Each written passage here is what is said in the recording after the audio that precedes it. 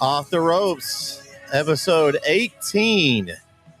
It's your boy Brett Swinney here. Alongside me is Brandon Ogden and K.O. Kyle Owens. Guys, 18 episodes. Unreal. That's crazy. It doesn't feel like 18. It doesn't feel like we've done 18 of these, but I know I've done very few from this here place that I'm at if I don't move my hands. It's a very nice establishment I've rented out for the evening in honor of our two pay-per-views we're talking about tonight. So if I don't move, then it looks awesome. That looks real like you're on vacation. I'm jealous. I know. If only it was real. If only it was real. Oh, so, man. It's like speak it into existence, but view it into existence. That's what I'm doing. If I don't move, I don't get that little glitch on my right shoulder, and we're good. We're good to go.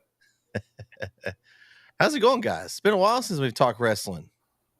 It's going good. Yeah, it's been a long while, and I mean, because it went from we didn't have much, and now this next 2 weeks it's like a lot just coming at you, bam, bam, bam. But I didn't know what music direction you were going to go with tonight. I was expecting I was hoping for Swerve, expecting Adam Copeland, and you threw a big curveball. So, hey, you can never go wrong with some Will Ospreay. That guy is just insane in the ring. So, didn't have much time to, as we talked about off air.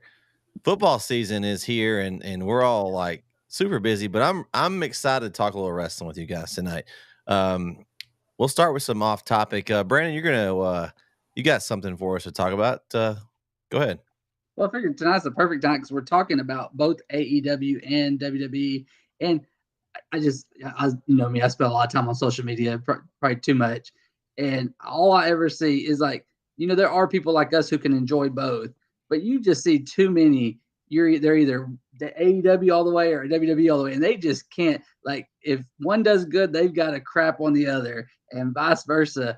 And it just continued again last night. It's like the WWE people. Oh, Edge wasn't loyal. They did him so well for so long, and now he's just going to turn his back on him. Like, his career's tarnished because he's going to the minor leagues, and then the AEW people they're trashing Jade and trashing what Edge was, and just it goes on every day. Just they can't. Why can't we just appreciate? We've got two, for the first time since the 90s, we got two really, really good products. If you don't enjoy them, that's fine, but I just don't like. Some people just don't give themselves a chance, and it's just like, why can't we just appreciate what we've got right now? I mean, it's like it'd be like if you're an NFL fan, you're like, you can't like college football or vice versa. And it's like, what? It's more football. Why can't we appreciate it all? And it's just a little thing that's always bugged me, and it amped up a little bit more lately because every time there's just certain group of people that they just got to crap on the other just for the heck of it, and it's like, hey, both are pretty good, and they both have their moments, and WWE does stuff that makes us mad, and so does AEW, and both do really great things, and I enjoy it all. But I mean, I'm not saying you got to enjoy it all, but it's just the fact that people go out of their way to crap on the other just to they feel like they got zoned in on one, and that's it.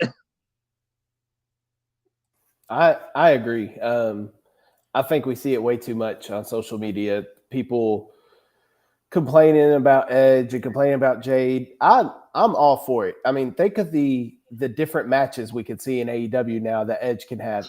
We get to see Edge and Christian more than likely team back up at some point. Like, we're seeing that in a different area, a different space. And they had a lot of creative control at WWE, but I feel like the handcuffs are completely off at AEW. Tony Khan will let them do whatever they want over there. And so I think we're going to see more creativity from Edge. We're going to see matches with him, maybe him and MJF down the road. There's so many people that he can have matches with over in AEW that we never would have seen in WWE. And what else is there for him to do in WWE? He's already a Hall of Famer. Like, he could feud with a Judgment Day for eternity. I mean, what else is there for him to do? So I'm happy to see Edge go over there. And the same thing for Jade. Jade wasn't doing anything in AEW. She had that long streak where she beat a bunch of nobodies to keep the TBS championship. And now she's in WWE, where she is built for WWE. WWE will make her a star. Like, she will be a household name in a year or two. So I'm happy for both. I like to see them bouncing around. I don't care what you show up on. Just show up. I like to see professional wrestling. I don't care what TV show you're going to show up on. I'm going to watch both of them. So just show up. That's all I care about. I like them kind of bouncing back and forth because, like y'all said, I mean, Edge has so many matches. Like he's never like. Can you imagine? We can go maybe him and Christian team up, and they go against the Young Bucks. I mean, you just got infinite matches over here. You've got Kenny Omega, Hangman Adam Page, all these guys that are over here that he's never worked with because he's never really left anywhere but WWE. I mean, there are some guys in WWE that were there. Like he even wants a match, I think, with Samoa Joe was one of the ones he mentioned in the scrum afterwards. They were both in WWE, but didn't get a chance to cross paths. I just think it livens up the stories that we can see. And I'm already interested to see what they're going to do now. You got him and Sting in the ring, which is cool. I mean, that too. I was about to say, Edge and Sting have never been in the ring together. Like that's an iconic moment that we got to witness, and we never would have got that if Edge would have stayed loyal to WWE. Like, let him be free, let him do what he wants. And then even though they're old and we've seen it thousands of times, there's that chance in a couple of years where we get the major retirement match for 4 people and we get the Hardys against Edge and Christian one more time. I mean, you might not want to see it these days, but that would be a heck of a retirement match for all 4 of them because that would kind of cap like TLC match. Yeah, I don't know at 60 if they're going to TLC. We're going to have to do like go out. If they're going to go out, they're going to go out with a bang, right? I mean, yeah, but yeah, but that would be. I mean, that would be the way to go out. But I want to see Adam Copeland do a lot more things before that, and it starts next Tuesday against Luchasaurus. So.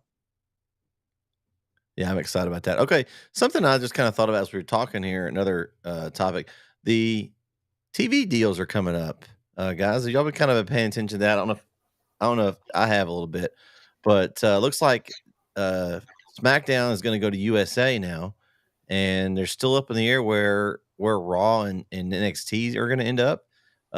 Possibly, I've even seen in some places where Raw may move off Monday nights. What do you guys think about that?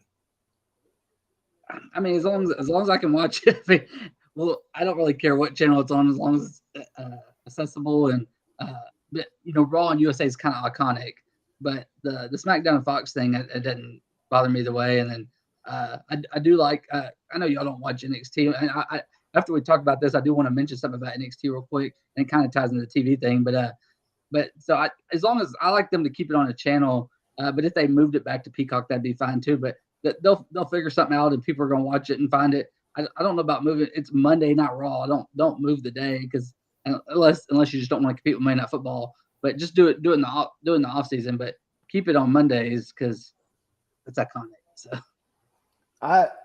I'm like Brandon. I really don't care where it's at on TV as long as I can watch it. Like I couldn't care less what channel it's on. As long as I get the channel and I can record it and watch it when I want, I don't care. About NXT though, Brandon, I was gonna say too. I watched No Mercy this weekend. That's what I was going to talk about. It was very good. It was very good, especially the last 2 matches. It was really good. So, did you watch your boy Dirty Dom? I did. Did you watch it? I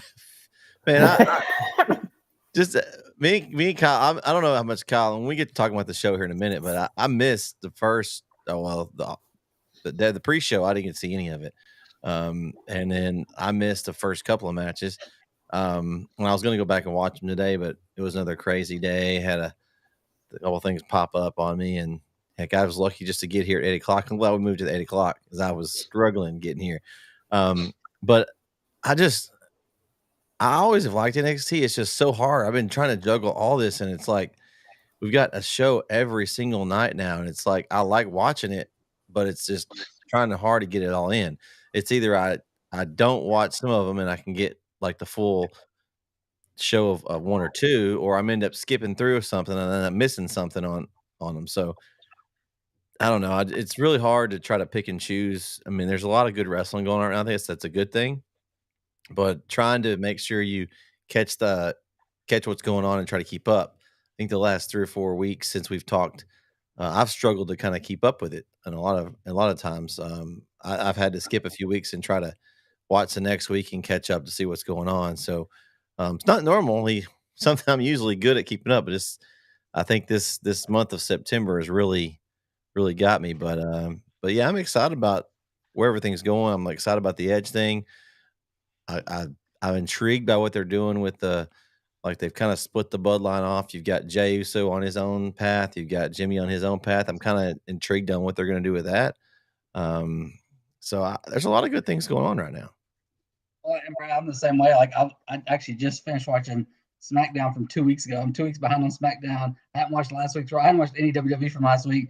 And I prioritize the pay-per-views. Like I had watched Dynamite last week, but I just now watched Rampage and Collision today. I watched the NXT pay-per-view, but I just watched the NXT from last week today, and it made some things made sense that I was wondering how one match happened, and kind of made some things make sense. But Dirty Dom did lose, and it was a heck of a match. And then the Carmelo match was Carmelo and Dragunov, and then Tiffany and Becky that was a good match too. And I was surprised they kept it on Becky, but we'll see where they go from there. But then another thing, we're talking about networks and NXT. USA Network a while ago, they did a teaser last week on NXT, and they did one on the pay-per-view, but USA actually announced it a while ago, the signing of Brian Pillman Jr. to NXT. And it was interesting that USA Network was the one who announced it. So I thought that was kind of interesting. But Brian Pillman Jr. is coming to the little vignette they did. I don't know if you saw it, Kyle, but it was pretty cool. I didn't see that, but it was like the thing is they didn't show him. It shows this guy in a Tiger shirt watching a TV, but it shows his dad back in WCW, and then it shows some different clips through the years, and it just like was a little hint that who it was going to be, and they announced it today. So I'm interested to see. AEW didn't use him a whole lot. The whole Varsity Blondes thing, but then once Julia Hart did her thing, and we'll talk about her in a little bit because I think I thought they were going to do it last night, strap a rocket to her back, but I think it's coming. But once they moved her, that the Varsity Blondes and Pillman were kind of left out to dry. So I'm interested to see what they do with him in NXT. Yeah, I don't watch NXT weekly. There's just way too much wrestling to watch. I skimmed through Collision on Saturday night. That one, I watched basically to see how the match ended and the little promos in between. That's really all I watched in that. Kind of did the same thing with SmackDown Friday. Like that's what I'm having to do to just try and keep up. I'm not behind. I'm caught up. Well, other than tonight's Raw, but I'm a NASCAR fan too, so I have to squeeze NASCAR races in, Xfinity and Cup, football that I want to watch, as well as football that I'm working on, and then wrestling. And it's like there's just way too much going on right now. But hey, I enjoyed last night. Last night was a very fun pay-per-view, and I'm looking forward to Fastlane. I doubt Fastlane lives up to Wrestledream, but I'm excited for Fastlane. I think it'll be decent. And now y'all's two baseball teams will face off in the playoffs. Yes. And my Rays play tomorrow, so I have to watch baseball tomorrow. That's what I'm talking about, but against Brett's Rangers. Yeah. Rangers, that's a sore subject right now. We kind of. I bet it's going 3. It's going 3. There's no way. It'll be a good series. I'm more angry about not because I have to play Kyle, but we should have won we technically did tie the division, but it was the team. Don't shake your head, Brandon. Those tiebreakers and whatever. But who are the Astros playing? They get a bye? Because they won. Okay. All right. Well, I don't want them to play at home because they suck at home. So. Yeah. Well, I'm very optimistic. I don't watch a whole lot of baseball. We'll move on after this, but we don't watch a whole lot of baseball because the Rangers got time for it. I don't have time for it for one. And the Rangers, and the turn it on, it's like they're just guaranteed to blow the game. I think they had something like 30 blown saves on the year, the most ever for a playoff team. Like you can imagine, that means they were ahead, in those late innings and blew that many games. They could have won a jillion more games than they won. They just had a closer. The game that I went to, Rays Rangers in Arlington, the Rays blew the lead and blew a save, ended on a wild pitch. So I get what you're saying. Like we're both in the same boat. Our team started off really well, and now we're in a wild card game. I do not trust. It's very possible we're out the wild card round. It's very possible Rangers win. Like I don't think like the past couple years when the Rays have been in the playoffs, I've been like, oh yeah, we can win this series. Like I feel good about it. This one, have no idea. Toss up. Anything could happen. Yeah. But I will be watching. Maybe if I have time. All right, let's talk the Wrestledream card. Really good card. I'm gonna kind of lean on Brandon. Kyle, we were kind of in I guess doing something else in the pre-show. I know you were kind of keeping your eye on it, so you may have a little more insight than I do. But I didn't get to see much of the pre-show. Brandon, tell us about the Keith Lee versus the I guess his Shane Taylor Promotions match. I can't really tell you. I watched that match. I can't remember. I don't even remember who won it.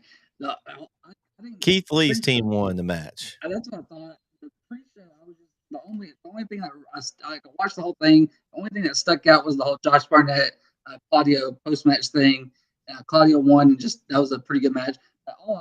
Only notes I put for I didn't write anything for each specific match. I just said they were decent matches, nothing special. But the one cool thing about the pre-show last night, it was, normally it's just like, hey, we have everybody you already know. We're just jamming them on the card. Last night, the pre-show got some different people on that you don't see. Josh Barnett. There were some different people in the Keith Lee match. Shane Taylor. There was different people in each match, and I just thought that was interesting. Got some fresh faces on there, but the pre-show was it was last pre-show card we had Adam Cole and MJF for the match. We didn't have nothing like that this time, so I just said decent matches, nothing special, but I think it was 4 of them though. Yeah, 4 matches. They had Claudio over Josh Barnett, Luchasaurus over Nick Wayne, and then the Acclaimed over TMDK, which I figured out that was actually Zack Sabre Jr.'s group. Yeah, but I was gonna say, remember the Nick Wayne Luchasaurus thing because I want to come back to that. Yeah. That, and when we talk about what comes up later, that's very interesting. Yeah.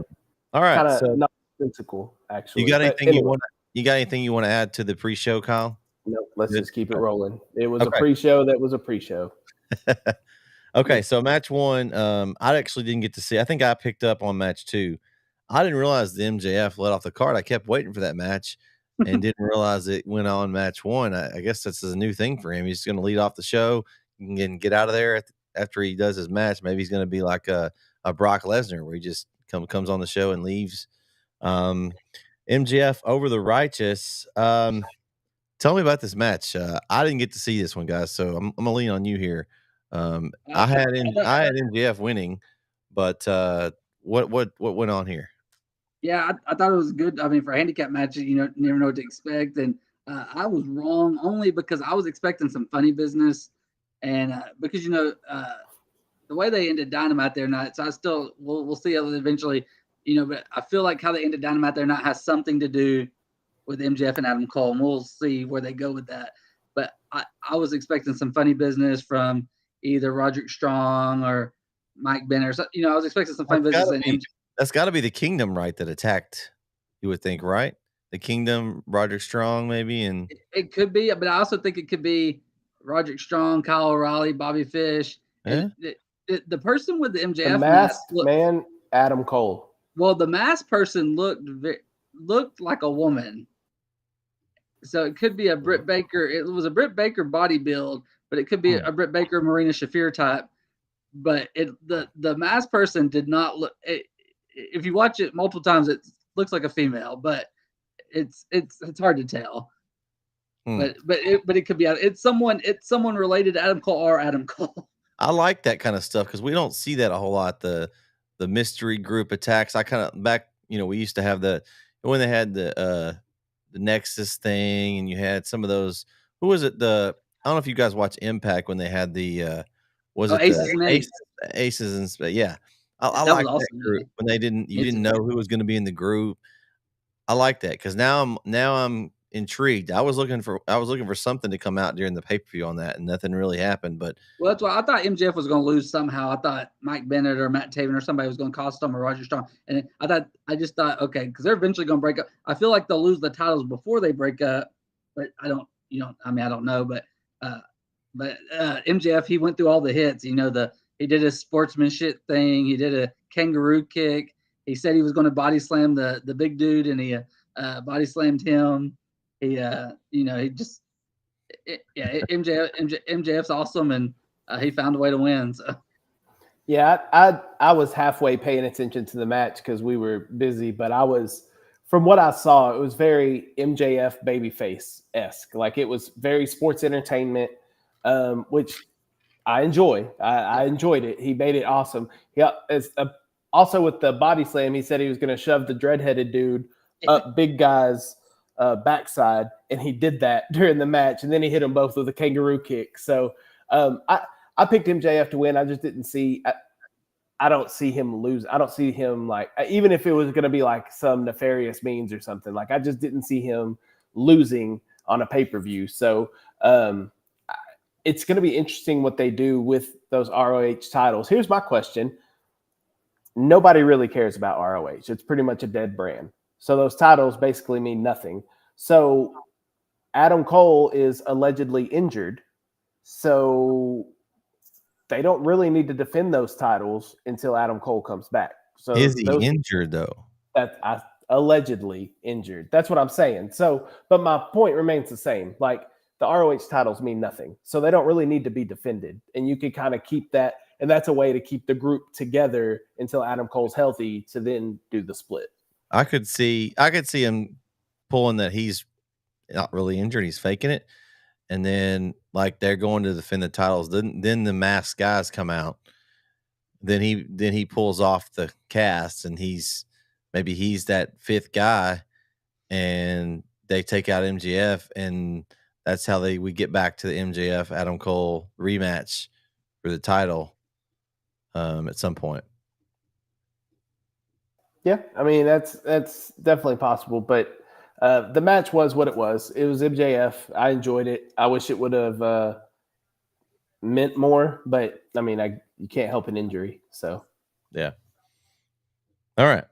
Match 2, Eddie Kingston defeated Shibata to retain the ROH World title and the Strong Open title of New Japan Pro Wrestling. I kind of caught some of this match.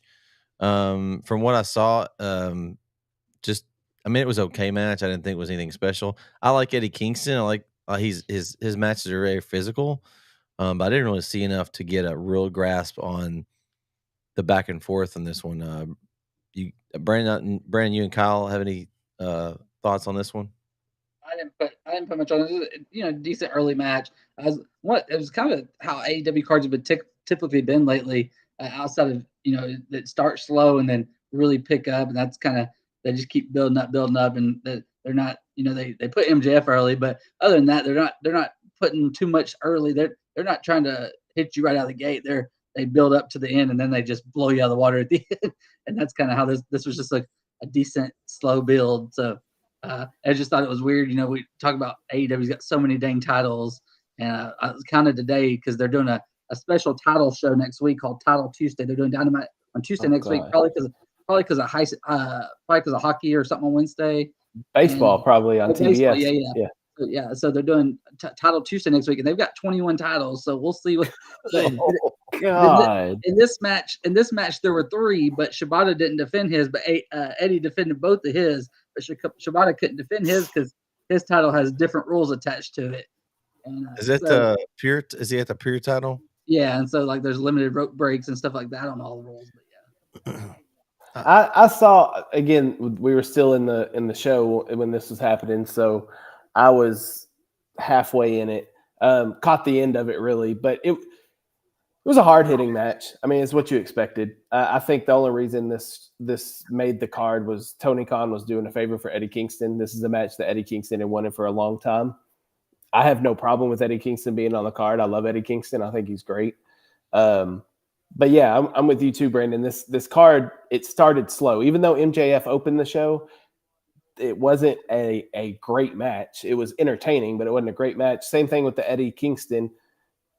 It didn't grasp my attention. So it kind of started slow. I was getting kind of worried. I was like, did I really just pay this money for this pay-per-view? And this is going to – but I knew there were bigger names coming up. So it got better as the night went on, though. Yeah, I think this match, I think we got off right about the end of this match. I spent most of this match we spent listening to Vince and Corey go back and forth at each other. I was just sitting here laughing. I was like, because I was kind of trying to look over and watch. So I don't know how your setup is there, but I have to turn completely left. Yeah, I turned completely left to watch. So I was trying to like glance over as they were going back and forth and going at each other at the end of the show. But That's I why mean, my eyes keep going up, because I'm just glancing up at the TV. Got Monday Night Football on, so I'm just. well, That's how I was doing Sunday too. I was just glancing up.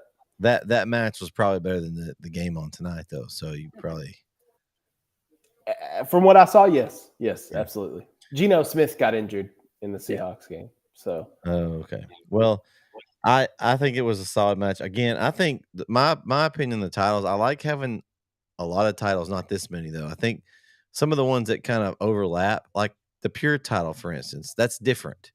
I'm okay with something that's different. It's got some different rules, but like, is there really a need for 2 world championships? Is there a need for like 2 trios championships, 2 tag? Some of those they could, bring in together. Because again, I like ones that have different stipulations. Yeah, I'm a fan of the old hardcore title if you do it right, not just make it a laughing stock like WWE did this last time, but like a real hardcore title where the camera goes to the back and like the 2 dudes have started the match and they're just like throwing each other through. That'd be like Moxley's ideal title. Something that's different. But like when you have the same exact title over and over, yeah, it gets a little bit like what's which one's better? ROH, AEW. I mean, are they the same? I mean, you'd almost have to have if they had ROH as a second show instead of Collision, and you had were kind of like how WWE splits the roster and they did that.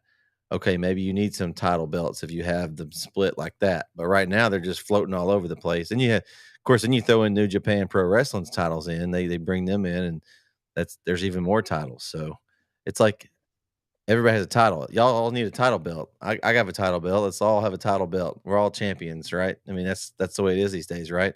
Everybody gets their trophy. Yep. All right. Match 3 it started to pick up. As Statlander defeated Julia Hart. I did not pick this one. I thought they might give it to Julia Hart. They really ramped her up. I watched a little bit of Collision and Dynamite, and they really made a point to show her winning streak she had. She hadn't lost in like 500 and something days. Like, okay, well, this could be a way to maybe boost her up. Maybe Statlander goes after the other belt, but they kept the belt on Statlander. This is a solid match.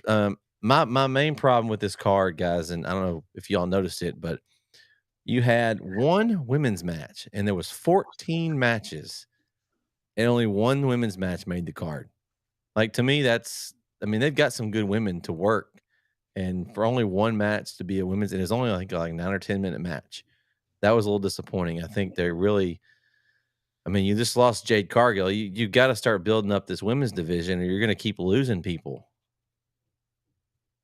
And the Keith Lee match was a mixed tag, but yeah, but it wasn't. Yeah, no, yeah, but I agree. And but they've been building to the match because they're doing that title Tuesday thing. They're doing the big. I think the main event's going to be a women's match. It's Saraya against Ruby, I think, or Saraya against Shida with somebody. Saraya against somebody, but they've been kind of building to that. So I guess they just didn't have anything women's wise for this card, and yeah. So I thought they would have put like Shida and somebody on, since the card was dedicated to like Antonio Inoki. I thought they might have put Shida or one of the Japanese women on there to kind of do something like a tribute there. But yeah, it was weird that this was the only women's match. But I thought it was a good match. I was really impressed with Julia Hart. She creeps me out, but she's got star potential. I think she's kind of helped House of Black like meaning something right now, because they've kind of been just her and Brody's the only two I ever see anymore. Yeah, but she's done a good job at it. When she joined the group, if you would have told me that she would be the one that would kept them like afloat and like me in the like on the card, even, like, I'd have been like, yeah, right. It's really elevated her. She's done a good job with that gimmick. Yeah, and I picked her and I was wrong. I picked a lot of this card, I noticed, and I was right on some of them, but I picked a lot of this card with my heart and not my head. Hey, that's okay. That's with my Julia Hart. That's okay. I picked her as well, Brandon. I really thought they were gonna Who did I pick? I don't even remember. You had Statlander. I mean, she hadn't lost since over a year, so it's just like, yeah. I mean, they made a point to, but maybe Statlander kind of said that I watched Collision Day, and she kind of said that's her thing now. I guess is she's the streak ender. So bingo. She's the defeater of the undefeateds. Yeah, she claims she's defeater because she beat Jade twice. So that's where I think they're going with Stat. I think you can use Jade's star power that she had in AEW, and say what you want about Jade. She put Stat over twice before she left, and that speaks a lot about Jade. So she put Stat over twice. Use that for Stat now. Let her be the defeater of the undefeated. She needs to not lose for a long time. Let her be that dominant force now. Build up that TBS championship, but you got to have some story into it. Well, these open challenges have to stop. The problem is too, Kyle, is you have a champion of the main belt that doesn't defend it. That's like, a placeholder. I know we kind of talked about that was, we didn't really like the move of putting Saraya at the title. Like, somebody needs to take that off of her now. We need at least Stat defends it, but it's in open challenges all the time. Like, let's get some story. Let's build a feud. Like this Julia Hart thing. It was only for a couple of weeks, but at least they did some type of build to it. And I think that's the issue with the women's division, Brett. Where you were talking, there's only one women's match. Who else would you have put on the card for what? I mean, just to put them on the card. I mean, that's. And I would that's rather that though. I know. I'd rather that though. They need to get those girls some matches. I mean, but I agree with you that the story building for the women is kind of lacking. And they have in the wings, they showed her a couple. Was it last pay-per-view where Mercedes Moné was there? I mean, she'll be coming in and she'll help out, but it doesn't matter who you have in that division if you don't do anything with them. Like, you have to put them in something that's meaningful. Them just going out there doing open challenges and nothing matches is not going to build them up. And do we see Beth Phoenix? I mean, I don't know. I mean, I wouldn't count it out, but I don't know. I didn't even think of it. That never crossed my mind. But I mean, where hubby goes, wife follows. That would mean it's possible. I don't know. There's interesting things. I wish they would build it up, and I know right now there's not a way to do it. But I wish the women need a tag belts. But you got to have enough women you're building and have some storylines with it. It's to me, it's a shame because they do a great job of building storylines like throughout the other characters, but it seems like they just have really hard trouble like building these women's storylines for some reason. I don't know why. I just feel like there's never really anything that's, you had the Jade one where she was, just beat everybody. That was her gimmick. I think the best one they had was when Britt Baker was kind of the champ, when she had her DMD gimmick, and you had some of the great, and even with the Outcast was interesting, but they've kind of just, they kind of just blew that up all of a sudden, and Britt's been off TV for a little bit, and I just don't know where it's going. And I mentioned I love what Tony Storm's doing. I love what Tony Storm is doing. Madonna thing, that's cool. Oh my gosh, she's killing it. She's crushing it. And she's so over, but they didn't put her over on, and man, that would have been perfect to put her over in that match, but they gave it to Saraya because it was in London. Yep. Tony's all about his moments. Tony Khan loves his moments. That's why I was honestly surprised they didn't put the TNT title on Darby Allin because it was in Seattle. Like, I figured they would just do that because it was Tony Khan giving moments. Same thing. They gave Eddie Kingston the win at Grand Slam. It was in New York. If I'd have known that Swerve was from Seattle, I would have probably went with him. I didn't know that at the time. Technically from Tacoma. Well, I guess it's from right outside of it. So I didn't know that at the time. The next match is where it really started picking up for me. The 4-way tag team match. I had the Guns. I'm really angry they didn't. The Guns are on fire right now. I know what they're trying to do. We're going to see FTR and Young Bucks again. Like, I don't know. I mean, they're both great in the ring, but how many times do we have to see them over and over? And the Guns have been so hot. I just thought, man, FTR, the Guns, give it to me now. But that's not the way Tony wanted to go. So what do you guys think about how this was scripted? I thought it was a good match. I picked the Lucha Brothers because I was like, like you, I was wanting something different because we've seen the Young Bucks a lot. I was hoping the Guns, but I just didn't think. And then I put, when I sent you my picks, I said I almost went with Hook and Orange because that would have been different.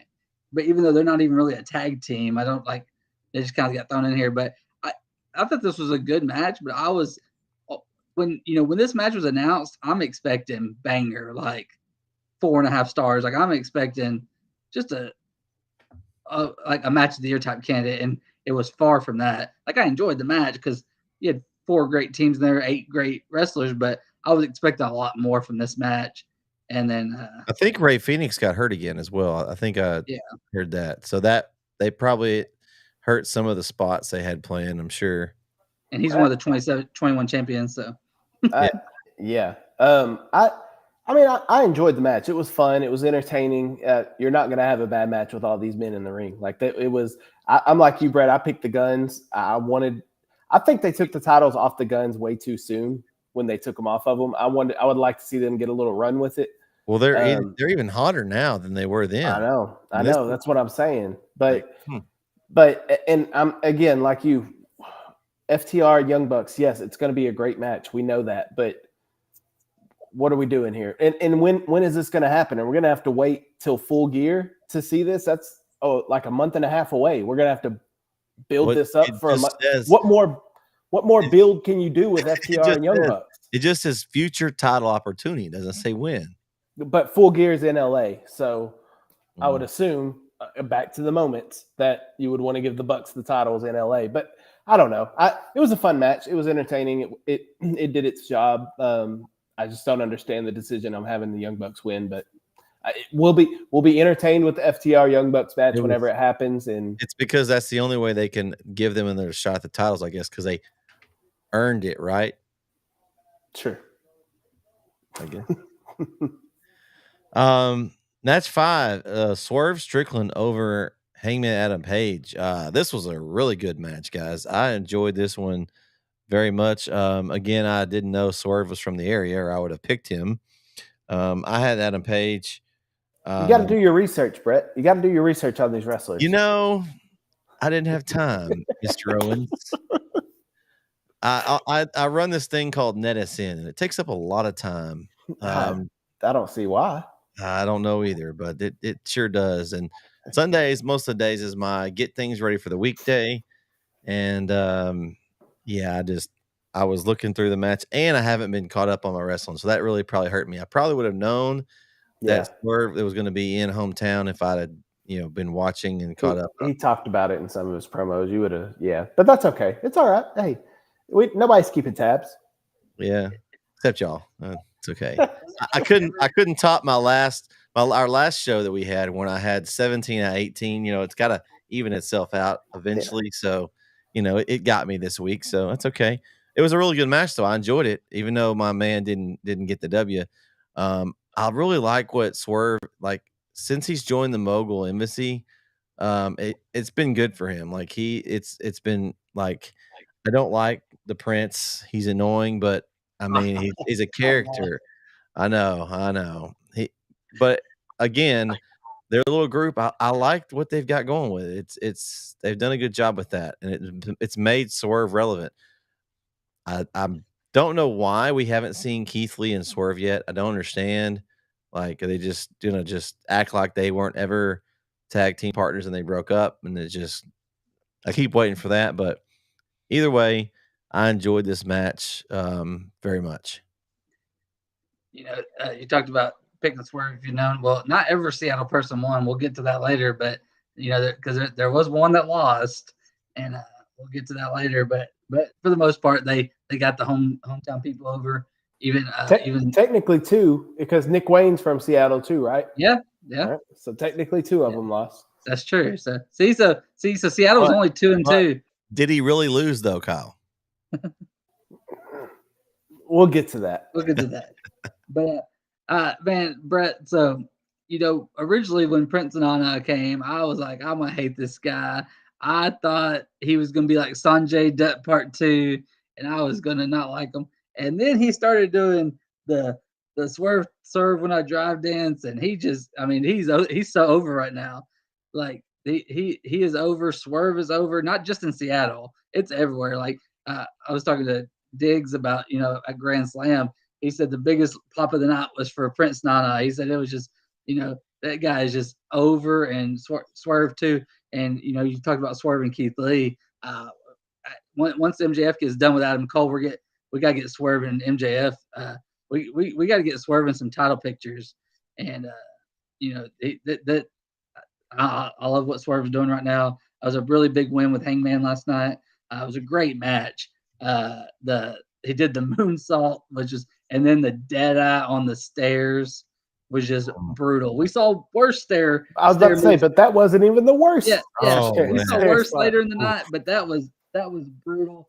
The wrist stomp by Swerve looked like there was just some crazy. And the thing, the doctors are tending to Hangman, and Swerve gave no F's about that, and he did that stomp there, and it was just a heck of a match. And I was glad Swerve won because every time Hangman's in a match, you feel like he's going to win. AEW loves Hangman, and because he's been a great worker for them. He's been a day one. He was in the title match the very first show they had. He's one of their favorites. So every time he's in a match, you feel like Hangman's going to win.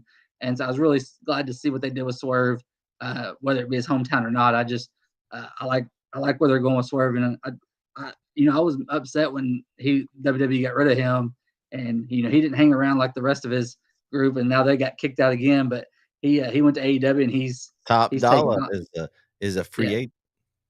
Yeah, but Swerve's taking off. So I loved the match. This was the match I was most looking forward to on the card.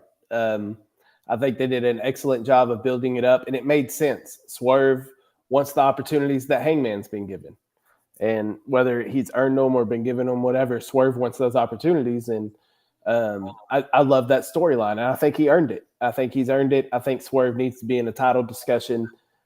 Hey, good news for you guys. There's a lot of titles he can be in discussion for. Well, meaningful titles. But it's too early to take the title off of MJF. So I really don't know. Maybe give him the TNT title, set up some type of program where he gets into that. But love what Swerve's doing. Love the attitude. I'm just a big fan of Swerve. Big fan of Hangman too. And both of them killed it in the ring. Excellent match. It lived up to all the hype that I'd given it. What about the international would be a good one No. for him? No? Because who has that now? Ray Phoenix. Yeah. So again, who has that now? Which is funny because I think the only reason they gave it to Ray was because Moxley got concussed, and now Ray has it with something wrong with his shoulder. So maybe that's the title Swerve goes out. Because honestly, I think there's another person going after the TNT title. He just arrived on the scene. He doesn't need a title though. He doesn't, but I think it would. I mean, I don't know. We'll get to it. Okay. Next match was Ricky Starks over Wheeler Yuta. Man, this was a good match here, guys. I like Ricky Starks. He's got a rock vibe to him. Like he's got that kind of that, like the old heel Rock kind of character. It wasn't my favorite match on the card, but I liked it. It was hard hitting. And I think that Starks, I want to see what they're going to do with him because they've put him with Big Bill as his muscle, and it's kind of an interesting duo. I always liked him in Enzo in WWE. I really like that group, and I think maybe can't teach that. That's right. But I think Ricky Starks could be the Enzo for Big Bill. So I'm interested to see what they do with him. Speaking of Enzo, the guy from I don't know much about the Righteous group that faced MJF. That one dude from the Righteous looks like an older Enzo, and that's all I ever see. But this match, it was okay. I knew Ricky was gonna win. It was not the best part of the match. This one and then probably the next one too was that they had Moxley on commentary because he can't wrestle right now. I thought he added something cool to the commentary. You don't always like wrestlers on commentary, because WWE gets real cheesy when they do it. But with Moxley, it really added something to it. But I knew Ricky was going to win. I didn't think there was much to this match. It was just a good match. Two pretty good wrestlers. As a play-by-play guy, I got annoyed with Moxley because he kept talking over everybody. So, but I wouldn't. But Kyle knows how that is. Like when you're doing a call and then the color guy's talking over you. Yeah, the worst. It is the most annoying thing. So that, but then I thought about tweeting that out, and then I said to myself, "Who's going to tell John Moxley to not talk?"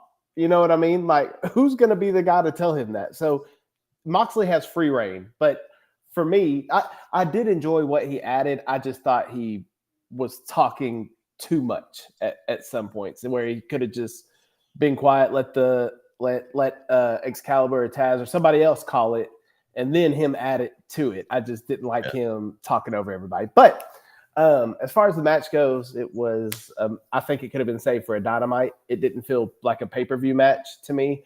But I love Ricky Starks. And for everybody who thinks that, or who doesn't like the swap from AEW to WWE, better watch out, because I bet you in maybe 2, 3, 4 years, Ricky Starks ends up in WWE. So for those that don't like that, or Tony Khan's going to have to break out the Brinks truck to keep Ricky Starks in AEW. But one way or the other, I think at some point his character he's solid on the mic, and he's got good character skills. Yeah, I love Ricky Starks. I think he's great, and Wheeler Yuta is a great wrestler. So he has zero charisma, but he is a great wrestler. But he's when they put him with BCC, it's such elevated him. Yeah, like that was a good move. It was a good match, but I could have done without it. All right. Match of the night for the next one for me. Danielson over Zack Sabre Jr. Guys, I want to say the way the match was orchestrated, every counter, every little move, it lived up to every expectation. This could be a 5-star match. I don't know if Diggs would give it a 5-star match. There's probably too many kickouts. But, I mean, man, I love Zack Sabre Jr., and I knew it was going to be a good one. Putting him in the ring with Danielson, two just excellent wrestlers. Like, I don't even know how to describe all what I saw. Like, some of the things I saw, I was like, wow, they just did that. Like, just the counters after counter, and they would, one would do a move, then the other one would counter it with some kind of pin combination, and they flip over into a submission hold. I'm like, whoa. I just was in awe the whole match, honestly. Yeah, it was great. Me and Kyle and I tweeted, it would have been right at the same time, but I was having internet problems. And we both tweeted something similar about this match, and I said it was just technical wrestling masterclass. I mean, it was just pure artwork there. I mean, they just they told you all along it was a dream match, and it was one of Danielson's dream match, and they're really playing up. He's about to retire for his daughter, and there's matches he wants to do, and this was one of them in his hometown against one of the greatest technical wrestlers in the world. But Danielson still out to prove, and Matt probably did it last night, that he is the best until someone says otherwise. And it was just fun to watch. You didn't need the high flying and the some matches you do need that, and certain things you didn't need any extra. You didn't need anybody else out there. The only person you had out there was Moxley, and he had his colorful commentary at times, and that added to a little bit. But it was just, you could have not even had commentary for this match, and it would have been, you could just watch these guys wrestle for hours, and it was fun. I enjoyed it. It was art in its purest form. They say, like, soccer matches. Soccer is a beautiful sport. Like, when it's played the right way, it's a beautiful. Lionel Messi, Cristiano Ronaldo. When you have these great soccer clubs that go out there and you see just the elegance and just the beautifulness of what's happening on the pitch, you're just like, man, that was beautiful to watch. And that's how it was in that match last night. Those two, I could have watched him wrestle for 60 minutes. I mean, it was phenomenal. It's not match of the night for me, just because I enjoyed like the Swerve Hangman match because it had that build and then it delivered on that build in the match. So that's the only reason it's not match of the night for me. But with that being said, you could give it 5 stars and I would be completely okay with it. Like it was phenomenal. Any kickouts for you? That was the theme throughout the night. I got annoyed with that too, but I got, just like the Moxley thing, I got over it. It was what it was. Like I've come to accept it. So, but it was excellent. I mean, anytime someone asks you why you like pro wrestling, you show them that match. Like that is it. That is, give me that every time, inject it into my veins. I love it. Like that is it. Well, main reason why I like those kind of matches, because you know how you can watch matches over and over and it's like the same old stuff over and over and over. Like when you can do something like this and it's different and you don't know what to expect, like, you know, Roman Reigns match, for instance. I like Roman Reigns, but you know you're going to get a spear. You know you're going to get the body slams, those kind of moves on him. You got the Superman punch. Same things every time. Like with Danielson, it seems like depending on who he wrestles, he wrestles a different match.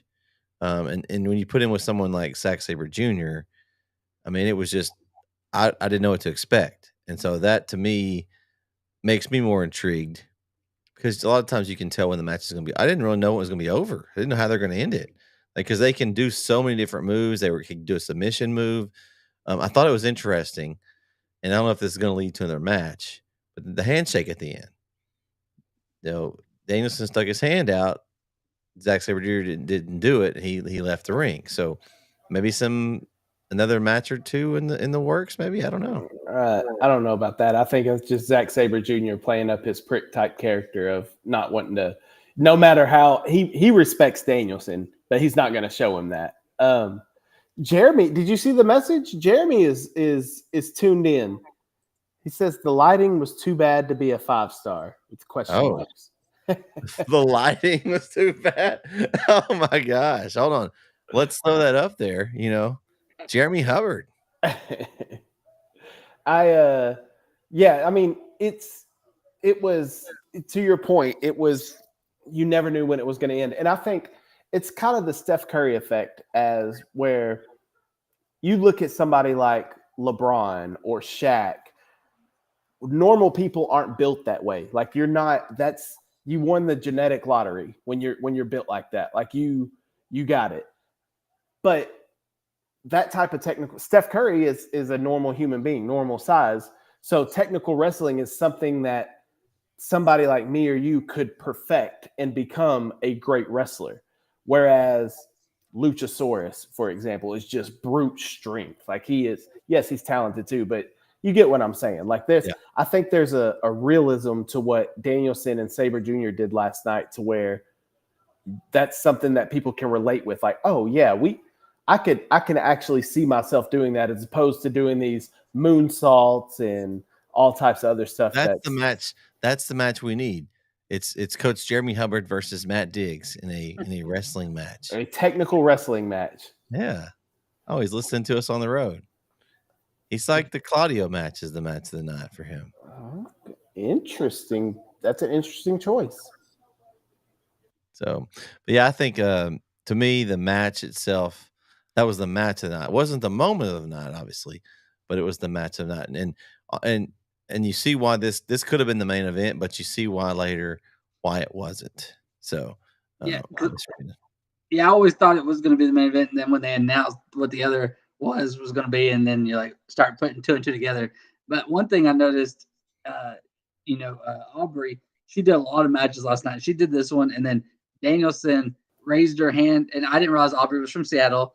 I found that out. I was about to ask you why she did. Why did that? And also, but Danielson, he raised her hand and hugged her afterwards. Yeah, I saw a thing on Twitter today. She was crying in the crowd when he retired from WWE in like 2017, and then last night she got to do that match. That's awesome. Yeah, That's awesome. It's I noticed it. circle. I noticed it, but I didn't know. I had no clue why it was happening, and I Yeah, could me- tell that Aubrey was emotional and Brian was emotional too. But I Did had it, no I idea. didn't know at the time. I found was out it just today. me, or did she seem like she refereed a lot of matches?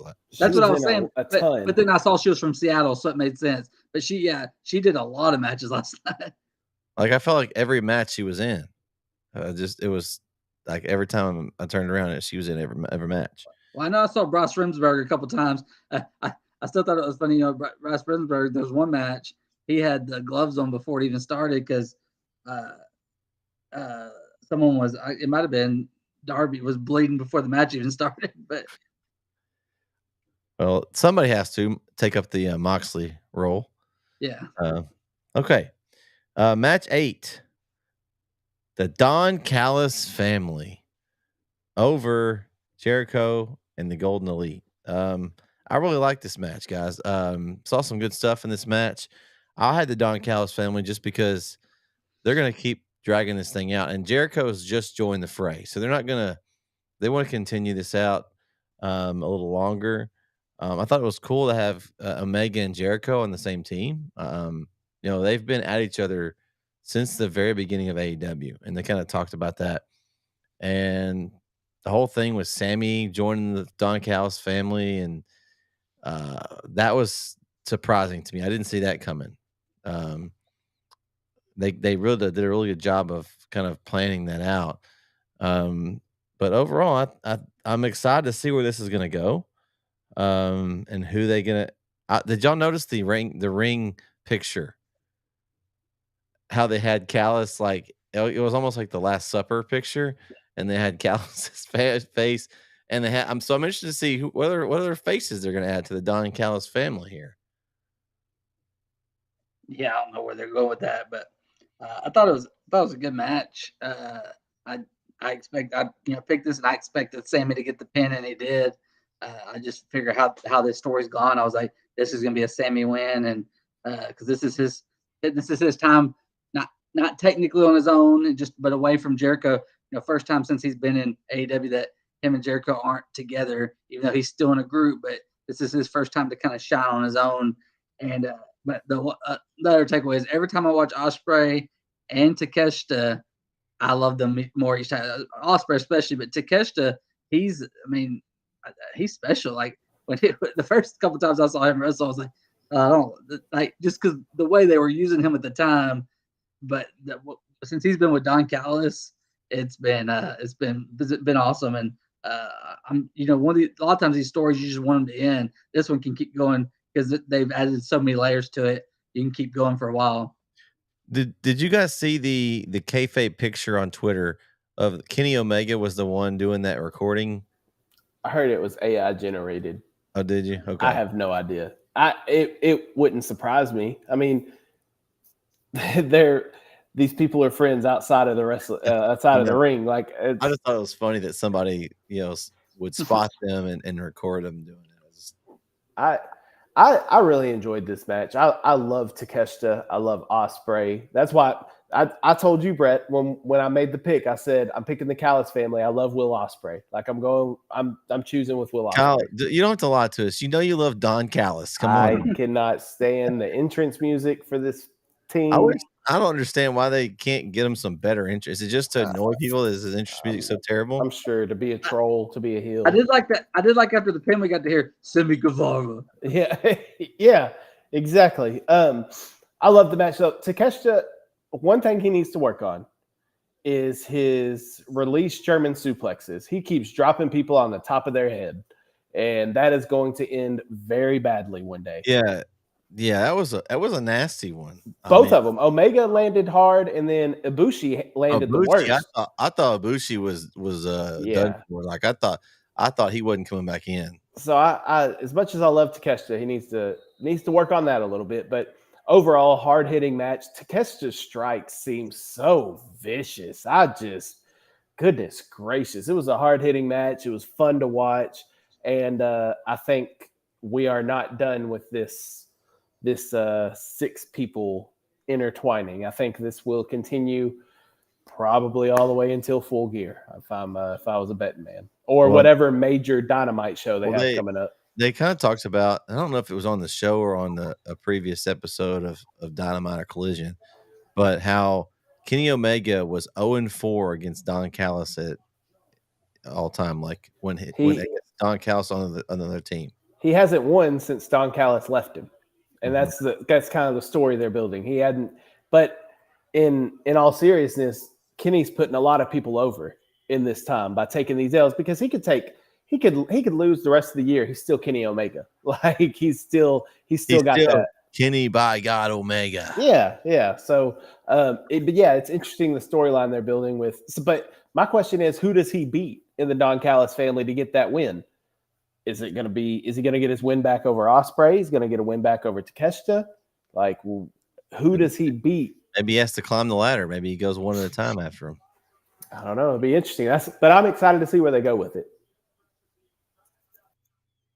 All right. Match 9, FTR over Aussie Open. Man, I love FTR. But I love Aussie Open. I think this was a good match. The main problem I had with this match was I knew who was going to win before it started. I think we all picked FTR, and we did. But as far as the quality match, FTR doesn't put on bad matches. And Aussie Open they're really good as well. Of course, they're in there with Ospreay as part of his group. They're not Will Ospreay, but they're really solid in the ring. Those guys can work. And I really like this match. Problem is it took place in an interesting spot, kind of between two really good matches. So it's kind of like, I don't know, but I still liked it. I still think it was a really good match. I'm interested to see if I guess we're heading back FTR Young Bucks after what happened before, but I really wish they would have someone new for them to feud that is actually legit contender that I actually think has a chance of taking these belts off. Besides the Young Bucks, there's so many good tag teams in AEW, and I feel like that there's somebody else that deserves a shot at this title. Aussie. Oh. They're great. I picked FTR last night, but I wouldn't be surprised to see. I mean, it'd be cool to see Aussie Open get it and them face the Young Bucks. But I thought it was a pretty good match. Like you said, it was in a tough spot of the night. But it was a good match, and I thought it was cool. Aussie Open did the Shatter Machine, and then I actually missed. Yeah, my internet. That's when it started glitching out a little bit. Is when FTR did the Shatter Machine to win it. Like I saw them go up top, and then all of a sudden they're previewing the main event. Oh no! You could still hear the FTR music in the background. So it's like, okay, they won, but I knew they were going to win. But I thought it was a pretty good match.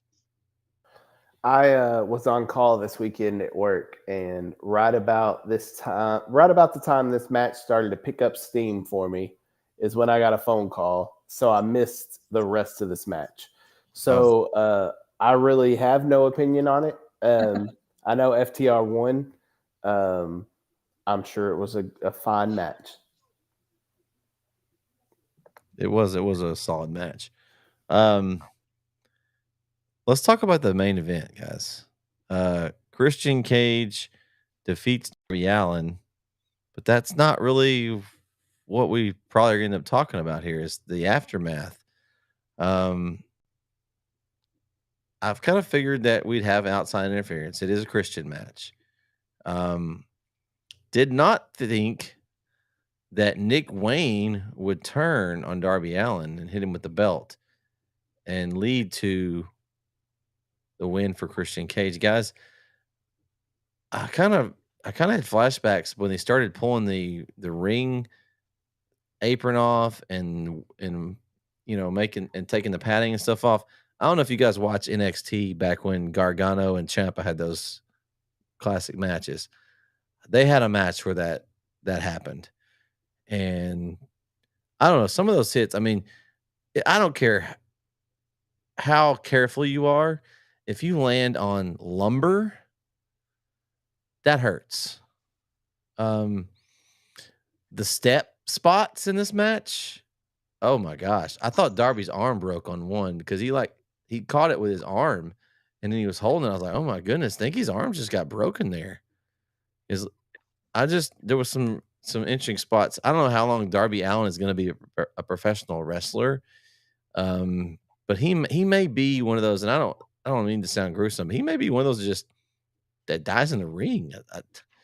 The things that he does in these matches, I mean, I love watching it, but it's so gruesome. Like, it scares me every time he goes out there. I don't know about you guys.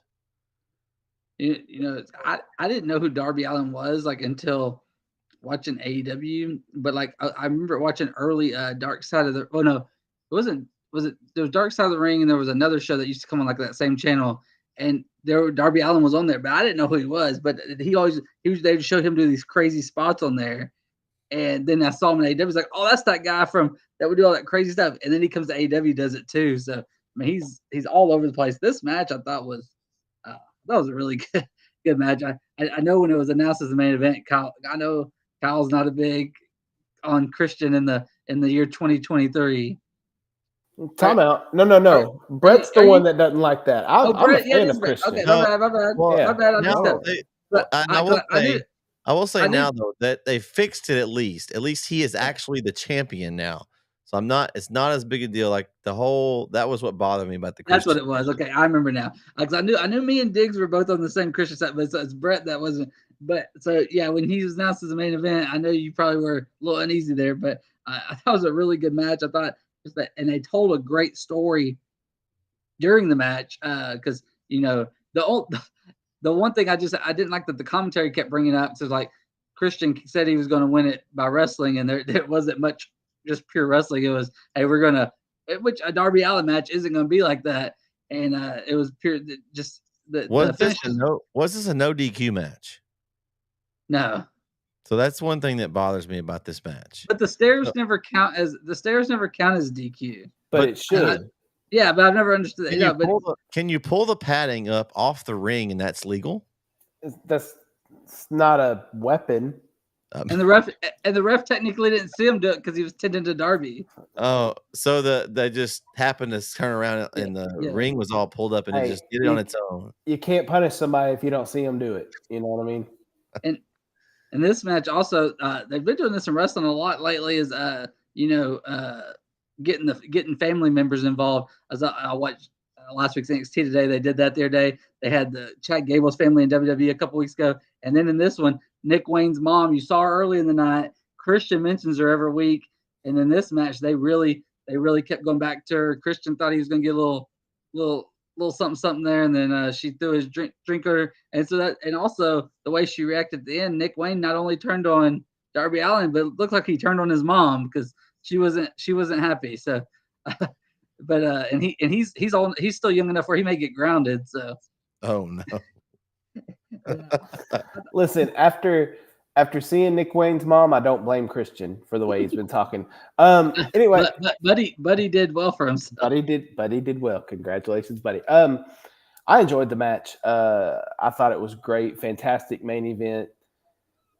I am genuinely concerned about Darby Allin's health. Genuinely concerned because every match that he's in, he goes 1,000% balls to the wall in everything he does. And I love him for that. But my gosh, man, some of these spots are unnecessary. And I don't know if y'all noticed this watching it. It looks like, first off, it looks like the steps were too far away from the ring.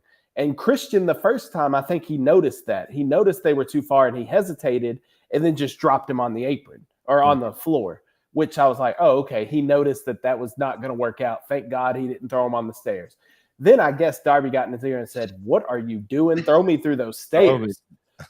But you could even tell the second time Christian hesitated. He's like, all right, and chunked him. And that's when Darby made that nasty landing that they just had to show 4 or 5 replays of from every angle. Just disgusting. I legitimately thought he was hurt. Like the way they kept showing the replay, I was like, well, yeah, he's. And then once Christian kept pulling up the ring, I'm like, okay, he's just buying time but I mean, it played into the match. But yeah, I'm genuinely concerned for Darby. He's 30 years old and he will be done wrestling by 33 at the rate he's going. Like that, and I don't want that to happen to him. I think he offers more to the business than doing these death-defying stunts week in and week out. But overall, the match was great. Nick Wayne, don't understand the Nick Wayne angle. I'm going to need a good explanation on Dynamite Wednesday because this man, Christian, first off, you faced Luchasaurus in the pre-show. So you already have beef with that group. If you were going to join. So what happened in the 3 hours after that? You know what? Christian's not that bad of a guy. I think I'll join him. Like, he's been talking about your mom week in and week out, talking about your dead dad, your uncles, all this other stuff. He's been tormenting you. What out of that is like, you know what? I'm going to turn on Darby Allin and join that guy that's been making my life a living hell. Like, that makes no sense. Luchasaurus beat it into him. He realized, man, Lucha, he was a great father of the year figure to this guy. I need the father of the year to be by my side. It's just logically, it makes no sense. So I'm going to need them to explain it Wednesday on why Nick Wayne decided to turn on Darby. Like, what happened? What happened from pre-show to main event that made you turn on Darby? And I really got worried for a second. I thought Edge was going to do the concerto, and I was like, no, Edge, don't do that. Don't. No. And then he smacked Nick Wayne. I said, thank God. I did not want to see Edge turn heel the moment he stepped in AEW. So, but yeah, that was the biggest pop of the night. Edge, Adam Copeland, the little vignette they had with him in the car, it was so sweet. I figured it was him from when he walked in and got in the car. But then when he was driving and he drove past Rated R, I was like, okay, here we go. Adam Copeland. The great thing is that we got Metalingus too. We weren't sure he had right side. But did you notice they had to dub over the Rob Zombie? They had to change the "You think you know me." Yeah. And I thought they were even going to change the word. I think it was going to be like "You think you knew me," or I thought he was going to say something different. But he still said, but they had to dub over that, but still got to use Metalingus. So that was awesome. Yeah, I saw where Edge posted on Twitter afterwards, and he said that one of the points, it was like 5 different tweets, but one of the things he said was that Alter Bridge goes wherever he goes. Like, Alter Bridge goes with him. So WWE didn't own the rights to the music. Oh, right. So it was, and they also got Rated R Superstar, which was awesome. Which is neat, yeah. But Rated R era shirts are already on AEWshop.com. It's now Rated R Adam Copeland because WWE does own Edge. Yeah. So. But they can still call him the Radar Superstar. So that's, I mean, I don't know if you're WWE, how do you let that happen? I mean, they're usually really good about that kind of stuff. Did you just think that? Do you think they just thought he would never leave? I mean, he's already a Hall of Famer. Yeah, I mean, he's already a Hall of Famer. I kind of. And they thought he was never going to wrestle again. So. Yeah, that's a good point. I guess that would slip through the cracks. You know, Vince has a lot to deal with right now with all these sexual assault cases and all this other legality stuff. That slipped through the cracks. Ooh, that's a tough one to slip through the cracks. AEW is going to make a lot of money on merch. Yes, they are. I mean, not that they wouldn't anyway, but the way they got to keep basically everything except Edge, they got. Yeah, which is essentially the same thing that happened with Cody Rhodes when he went to WWE. They just took everything from AEW and put it in WWE with their production. So he finally got his name. They finally gave him his name because he was Cody for a while. He didn't have the Rhodes name. They finally gave it to him, and he ended up going back to WWE. So now he's got that. I guess he owns that. He can go wherever he wants to with it now. Yeah, I've never understood copywriting someone's name. Like, no, that's my name. Like, well, because his name is not Rhodes; it's actually Runnels in real life. Right, but I mean, that was the part he didn't own. I don't know. I'm talking about other wrestlers that have used their real name, like had to copy, like John Cena, for example. Like, his name's copyrighted in WWE. Like, he could go and somewhere else and be. He could go somewhere else and use it, but WWE is still going to get. They're still tied in with his name. Like, they are a part of his name, which is, I've always found that weird that you could do that with your personal name. Yeah. But anyway, that's neither here nor there. Yeah. Great show. Yeah, I think it was. I mean, we talked about it, and coming in, we're like, Wrestledream, okay, what's the card going to be like? And we got the first 5 matches, and I already could tell just from those 5 that it was going to be a really good show. But I think it was, overall, it wasn't like the best show I've ever seen, but it was a very good show. And the ending was one of the best of the year, I think, with the surprise of bringing on Adam Copeland, a.k.a. Edge.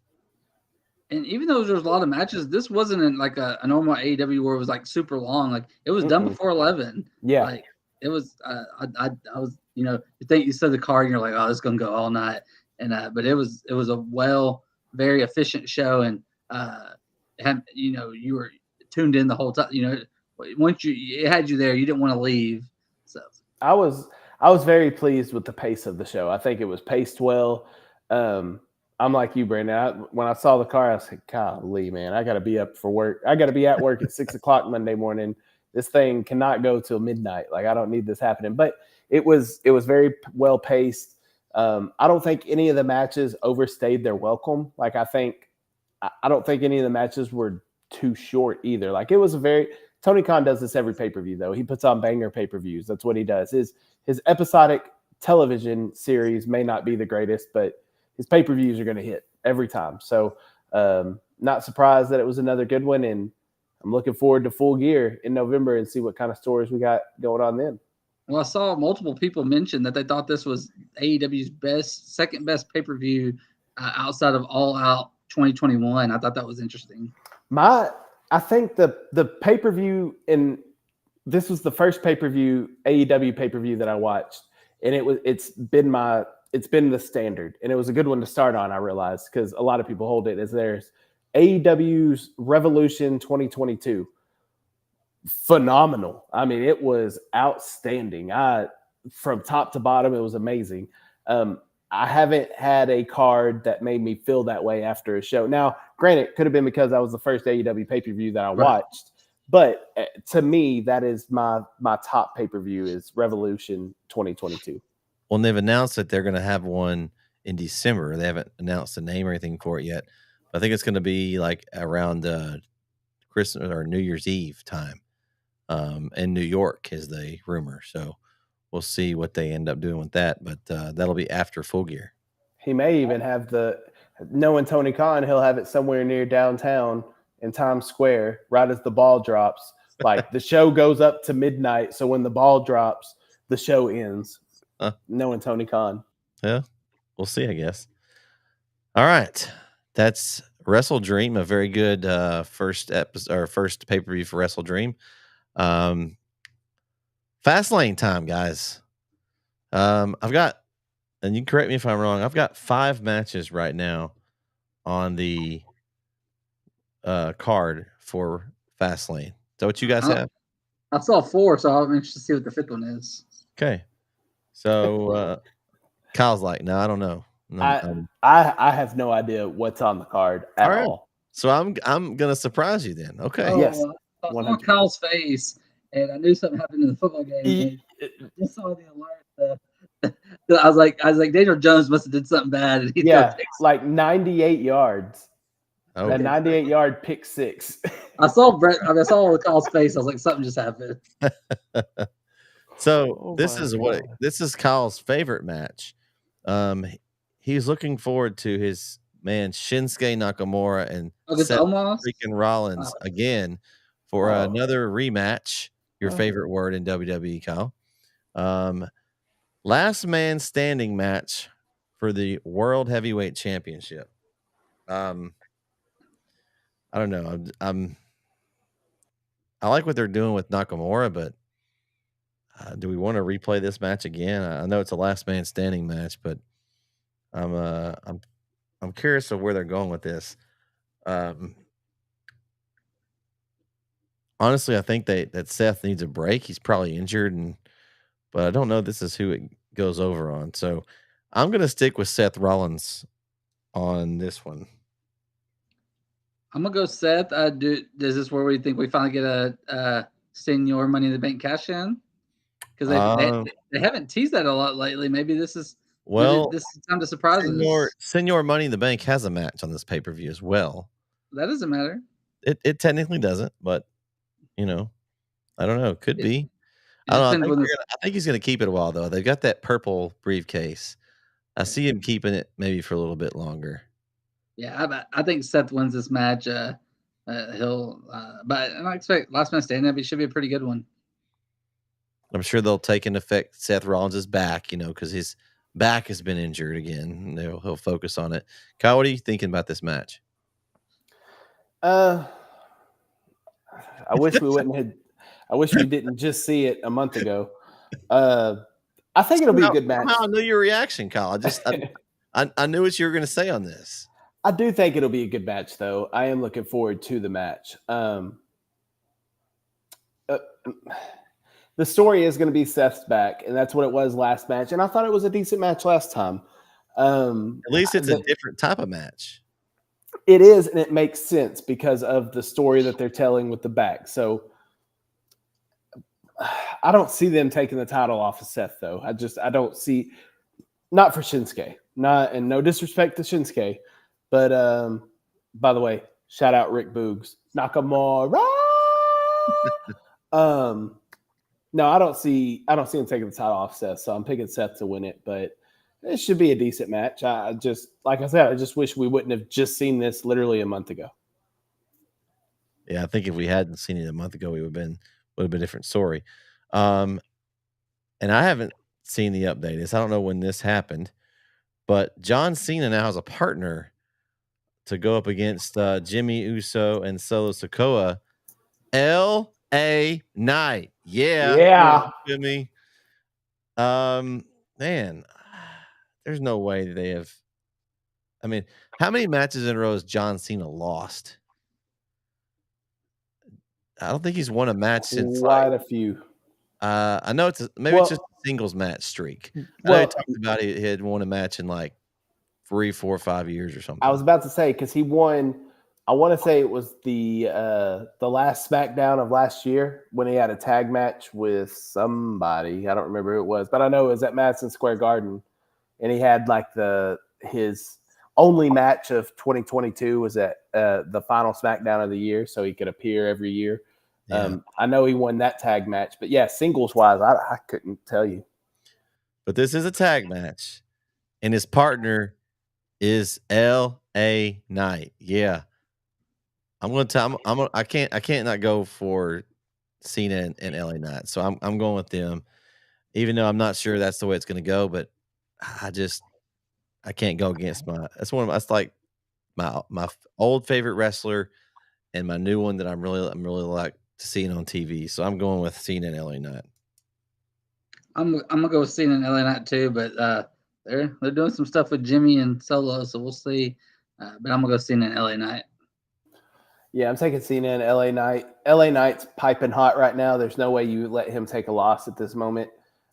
Plus, Roman still absent from television. Haven't seen him since SummerSlam. Yeah, I heard he's going to be on the October 13th episode. Yeah. Right, which brings up my point.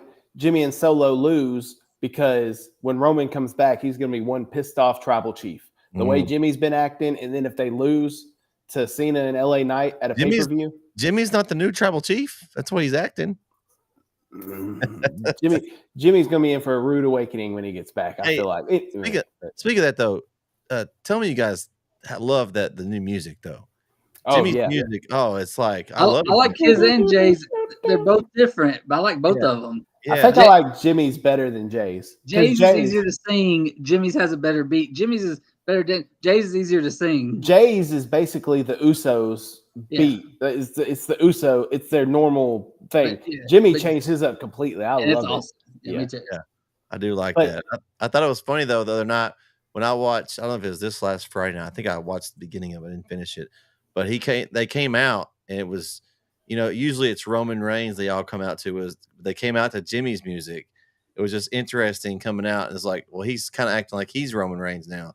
So if they go and lose this match, you're right. The tribal chief is not going to be happy. He is not going to be a happy camper when he returns from wherever the hell he is right now.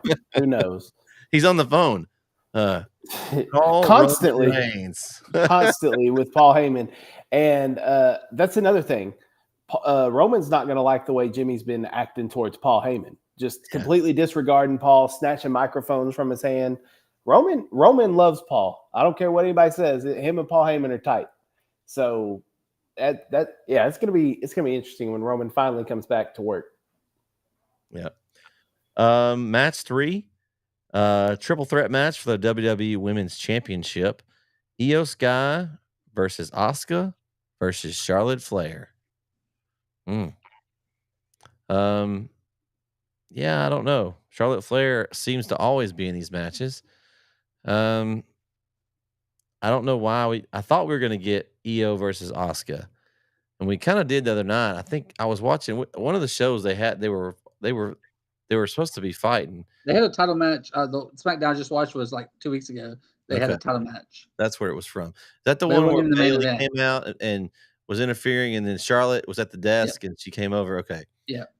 Um, I don't know. I just feel like something like is Bailey just too over the top happy for Io Sky at this point? I don't know. I just feel like there's something weird there going on. I kept thinking they were going to break up originally, but um, I don't know. I'm not real sold. Io just got this title, so I feel like that there's no way they take it off of her right away. I mean, she hasn't had the title for a few months, so I'm going to stick with Io Sky here. She's going to retain. I think she's going to pin Charlotte, and then her and Asuka still need that match between the two of them. Yeah, I'm gonna go with Io. I think you can't. I wouldn't like them taking the title off of her just yet, and I don't know where they go from here. And they got in just they. It's hard. They don't have Rhea doesn't have a challenger. If Io wins this, I don't know where they go with that. Becky's the NXT champion, so it's like the women's division is kind of suffering right now. The SmackDown's got with you got Asuka, Charlotte, and then but Bianca's gone, so the women's division needs a jolt, and I don't know where it comes from. Jade Cargill. We'll see. I have a fear that they're going to put this title on Charlotte. I have a fear that they're going to do that. I'm texting you. If that happens, I'm texting you immediately. And I don't want them to. Well, I think if they do that, where they pin Asuka, so then Io doesn't get pinned, and so then she comes back after. I don't know. Asuka's been taking too many pins. I mean, Asuka's been pinned a lot. Like anytime there's these triple threat matches, it seems like Asuka gets pinned. So I don't know. The easiest thing to do, in my opinion, is don't take the title off Io. You just gave it to her. Don't take the title off Io. But because that's the most logical and sensible thing to do, I'm not so sure that WWE is going to do that. But I'm going to pick Io. I'm picking Io. Ready for Asuka. I don't think Asuka wins this at all. But I'm picking Io with a hesitation and concern that Charlotte ends up winning the title somehow. So you're going to go with Io then? Okay. I'm going with Io, but I'm concerned. Okay. Io, Kyle is concerned. Okay. Cop out.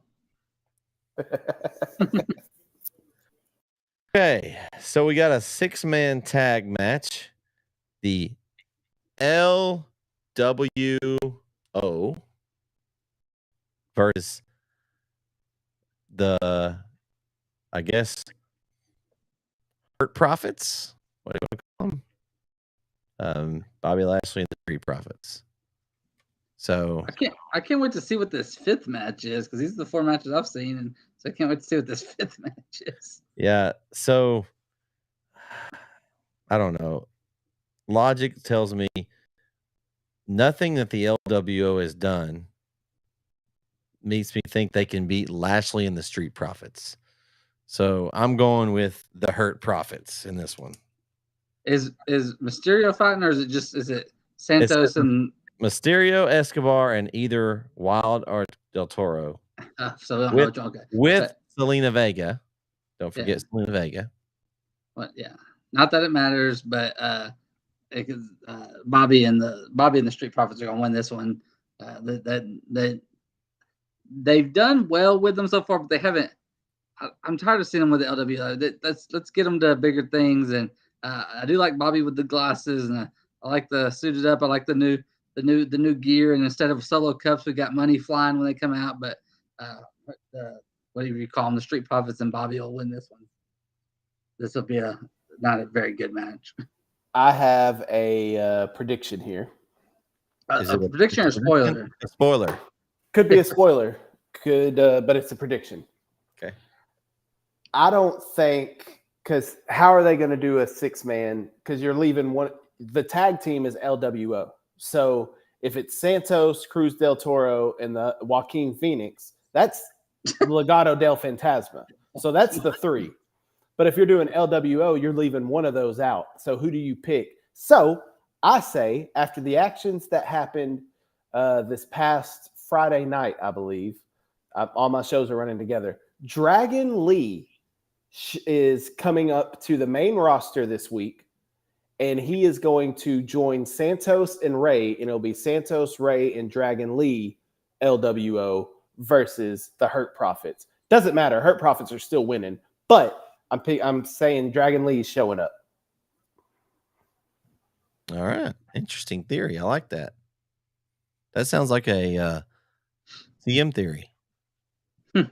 It's a theory I have heard and I've latched onto. Okay.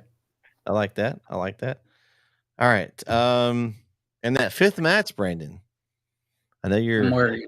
Drum roll. I'm worried.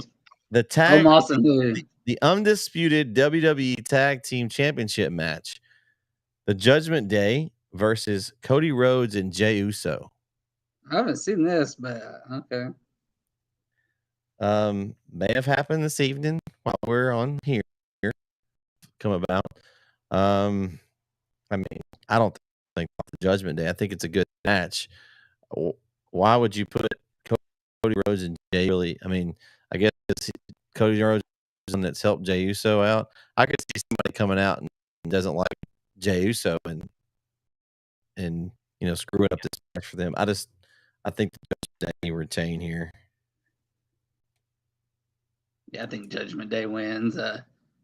Yeah, like I said, I didn't know this match was happening, so I wasn't prepared. But I think Judgment Day wins. I don't know what they're doing with Jey Uso yet. Because eventually it's going to tie back in, and when Roman comes back, and we'll see. He's on a different show, but eventually we get to does Jey and Cody win, and this somehow gets us all back to Cody and Roman at Wrestle. I don't know. But I'm gonna go with the Judgment Day. I want to add one more thing about the Hurt Profit thing. What if, also another prediction, I don't feel as strongly about this one as I do the Dragon Lee, but another prediction. You mentioned Zelina Vega. Jade Cargill shows up for the Hurt Profits as their woman. So anyway. Is it her or Bianca?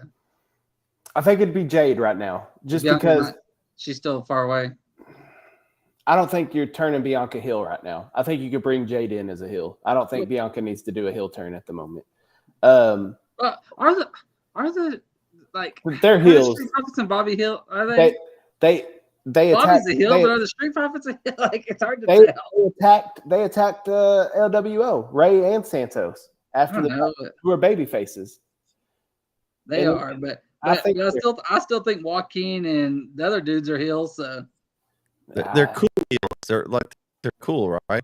Well, they're not very cool, but anyway, I guess this match did happen. I saw something on Twitter earlier of Jey Uso in the ring with Judgment Day, so I'm assuming this match did happen tonight. But anyway, I don't think they're taking the titles off Judgment Day. I think there's more story to be told. I think, honestly, what's happening is we're setting up for a War Games at Survivor Series with Judgment Day and Cody and Jay and Sammy and KO against Judgment Day with JD McDonough is what I think is happening at War Games at Survivor Series. But to get to that point, we got to get through this, and I don't think he's take the titles off Judgment Day. So they win. All right. Those will be a couple more. And Saturday. They don't need to. Five is good because you can give all those matches plenty of time. I didn't say they were. I just said they probably will. You know how that goes. Let's hope not. Oh man, lots to talk about. We'll come back sometime. Hope we can wrap this Fastlane up, guys. These 5 that we've got here, which one are you looking for?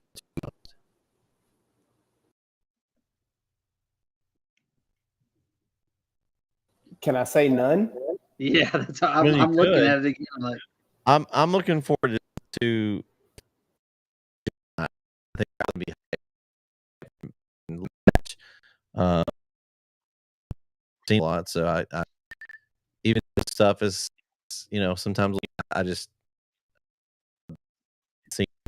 Probably the only that come back that would be, we may see that soon. So, but I mean, not like jumping over backwards to watch this pay per view like I was the Wrestledream. I think it'll be a solid card with some solid. There's got some that I'm interested in. Maybe more where the storylines go.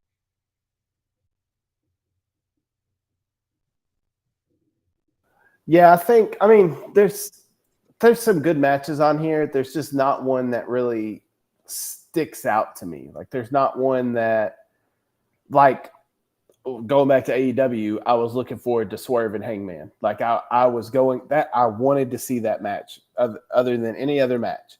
There's nothing on this card that's just really grabbing me where I want to see it. Yeah, I want to see LA Knight.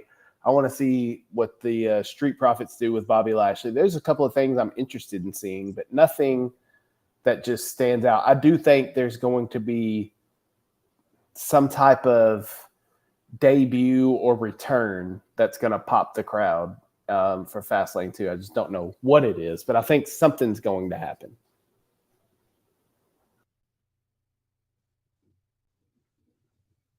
All right, Brandon, got anything you're looking forward to on this card? No. We'll see. I'll watch it. Hey, there's because all the good college football games on Saturday are early in the day, so I'll watch it and then we'll see how it goes. The thing is, the ones you like WWE is the ones you're not looking forward to that end up surprising you. So because our expectations are so low. Yeah. I think you just compare. I think our problem is this past weekend. When you look at that card, at least they didn't do it the same weekend this time. Yes. So now we're looking at this one, and I'm with you guys. I mean, I want to see the match to see delivers like the last couple like we thought weren't going to be very good. Ended up a lot better than we thought. So I guess we'll see this week, and we'll to talk about as we close. I kind of wonder what we're going to close on today, and I was like, there's only one song we can close on today. It has to be this one, guys.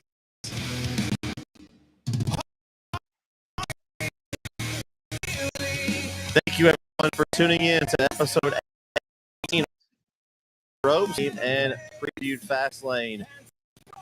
For Brandon Ogden and Kyle, I'm Bruce Winnie. Time right here on Spec Sports Network. Good night, everybody.